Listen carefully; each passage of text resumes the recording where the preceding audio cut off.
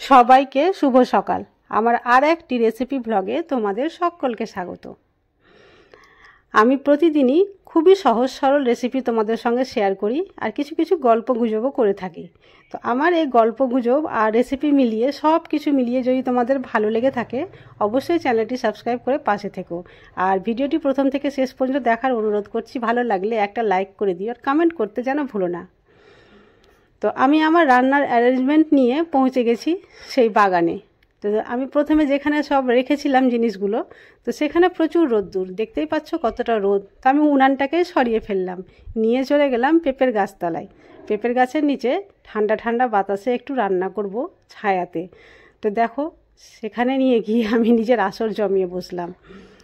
আর চারিদিকটা দেখো বেশ সুন্দর ঠান্ডা ছায়া, রান্না করতেও বেশ মজা হবে। চলো গল্প করব আর রান্না করব। রান্না করার জন্য দেখলাম শুধু পাতাই রয়েছে, তো ভাবলাম যে কিছু কাঠিও লাগবে। তো সেখান থেকে কাঠিগুলো আমি ভেঙে কিছুটা নিয়ে আসলাম। পাতার সঙ্গে কাঠি জ্বালালে খুব সুন্দর আগুন জ্বলবে। তো চলো শুরু করা যাক। আজকে করব আমি টমেটোর আচার। চাটনি না? চাটনি নয়, কিন্তু ভুল করেও কেউ চাটনি ভাববে না। যে আচারটা করছি এটা প্রায় 1 বছর পর্যন্ত স্টোর করে রাখা যাবে। এই আচারটা করা খুবই সুবিধে আর মশলাও খুব কম লাগে। আর অনেকেরই টমেটো খেতে পছন্দ লাগে, কিন্তু এই দেশি টমেটো সারা বছর তো পাওয়া যায় না। হ্যাঁ, তাই সারা বছর দেশি টমেটো যদি তোমরা স্বাদ পেতে চাও তাহলে এইভাবে আচার করে স্টোর করে রাখতে পারো। প্রতিবারই টমেটো আমার বাড়ির গাছে হয়। এই যেখানে বসে আমি করছি আর কি কাজটা, সেখানে টমেটোর গাছ থাকে, বেগুনের গাছ থাকে।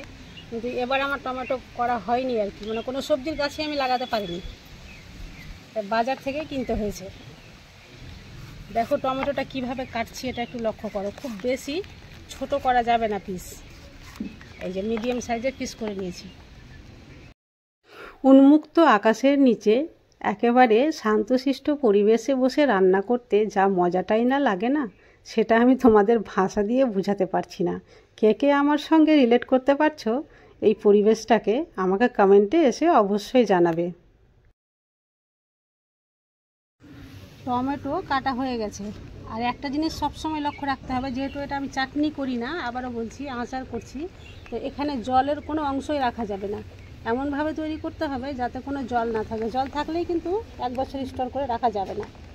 তো চলো দেখতে থাকো, প্রথম থেকে শেষ পর্যন্ত ভিডিওটা দেখো। আশা করছি তোমাদের খুবই ভালো লাগবে, আর মধ্যেখানে স্কিপ করলে কিন্তু বুঝতেই পারবে না।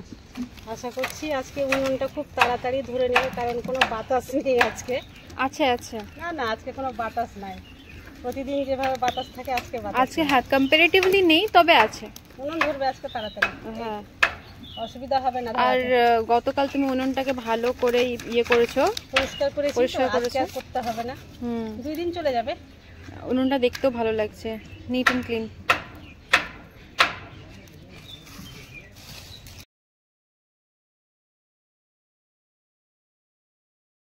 এত সুন্দর বাতাস, প্রকৃতির নিচে বসে রান্না করা মনটা একদম মুগ্ধ করে দেয়। তোমার করে না মা?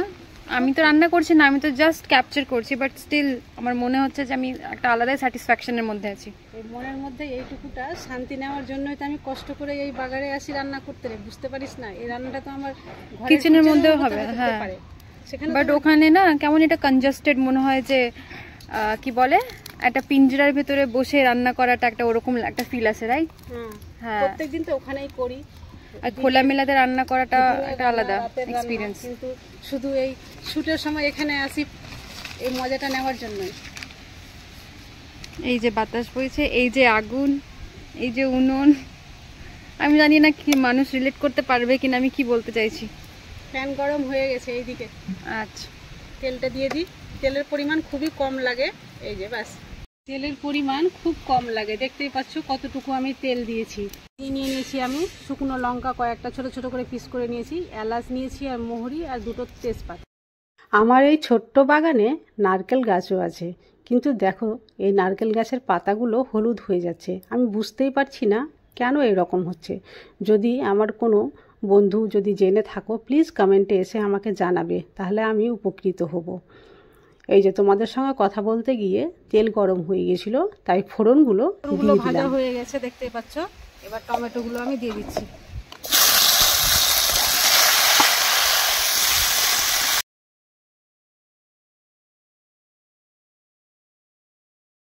লবণ হলুদ আমি এখন দেব না, কারণ টমেটোর মধ্যে যে জল ভাব আছে বা রস আছে সেটা শুকিয়ে যায়, না হাফ সিদ্ধ হয়ে যায়, জলটা একটু কমে যায়, তারপর আমি হলুদ আর লবণটা দেবো। লবণ এখন দিয়ে দিলে টমেটো থেকে আরও বেশি রস বেরিয়ে যাবে। তোমাদের আগের ভিডিওতে যে পায়রার ছোট ছোট বাচ্চাগুলো দেখিয়েছিলাম তারা কিন্তু এখন উড়তে শিখে গেছে, দেখো বাইরেও বেরিয়ে গেছে। আর অন্যদিকে দেখো শিমের গাছে আবারও শিম অনেক জমা হয়ে গেছে, তাই ছোট বাচ্চাটাকে আবারও চাপিয়েছি আজকে। টমেটোর জল দেখতেই পাচ্ছ শুকিয়ে এসেছে। এবার আমি দিয়ে দেবো লবণ। লবণটা তোমরা তোমাদের পরিমাণ মতো দিবে আর কি। তারপরে দিয়ে দেবো এবার আমি হলুদ গুঁড়ো। এবার দিয়ে দিচ্ছি লঙ্কার গুঁড়ো।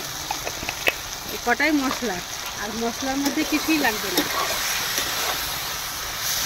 দেখো কাণ্ড, ছেলেটা বলতে পারে না যে আমাকে শিম রাখার কোনো পাত্র দাও, শিম ভেঙে ভেঙে সে নিজের গেঞ্জিতে রাখছে। তাকে একটা ব্যাগ দিলাম, বললাম যে ব্যাগে শিমগুলো রাখ। এখানে 4টে টমেটোর জন্য নিয়েছি প্রায় 300 গ্রাম গুড়। এটা আমি আখের গুড় নিয়েছি। আর জল দেব না, গুড় থেকে এখন আবার জল বের হবে, এটাতেই সেদ্ধ হয়ে যাবে। কত সুন্দর কালার এসছে দেখো, কিন্তু ভুল করেও এইভাবে রেখে দিও না, কারণ যতক্ষণ না এটা শুকনো হয়েছে অনবরত নাড়তেই হবে। যেহেতু এটা আচার, আবারও বলছি একেবারে জল থাকবে না। আর উনুনের ফ্লেমটা একেবারে কম রাখতে হবে। উনুনের ফ্লেমটা একেবারে কমিয়ে দিয়ে যতক্ষণ না পর্যন্ত এই আচারটা শুকিয়েছে ততক্ষণ পর্যন্ত অনবরত নাড়তেই হবে, না হলে তলায় ধরে যেতে পারে। এই যে দেখো সিম ভাঙতে চাপিয়েছিলাম যে ছেলেটাকে, ভেঙেছে, প্রায় ব্যাগ ভরার মতো হয়ে গেছে। একটু খালি আছে, ব্যাগটা ভরেই গেছে। এতগুলো সিম কয়দিনে শেষ করবো জানি না। এই আচার তৈরি করতে আমার প্রায় 20 মিনিট সময় লেগেছিল। আর দেখতে পাচ্ছ কত সুন্দরভাবে তৈরি হয়েছে, কোনো রকম ভাবে জল নেই, একেবারে শুকনো। আমি প্লেটে সার্ভ করে নিলাম, আর সার্ভ করার পরে এটা দেখতে কেমন হয়েছিল সেটাও আমি তোমাদের দেখাচ্ছি। এত লোভনীয় হয়েছিল যে এখান থেকে চোখ ফেরাতেই পারছিলাম না। এটা তোমরা যখন ঠান্ডা হবে তখন স্টোর করে রাখতে পারো, মানে আমি ঠান্ডা হলে স্টোর করে রাখবো আর কি। তো চলো আজকের ভিডিও এই পর্যন্তই, দেখা হবে নেক্সট ভিডিওতে।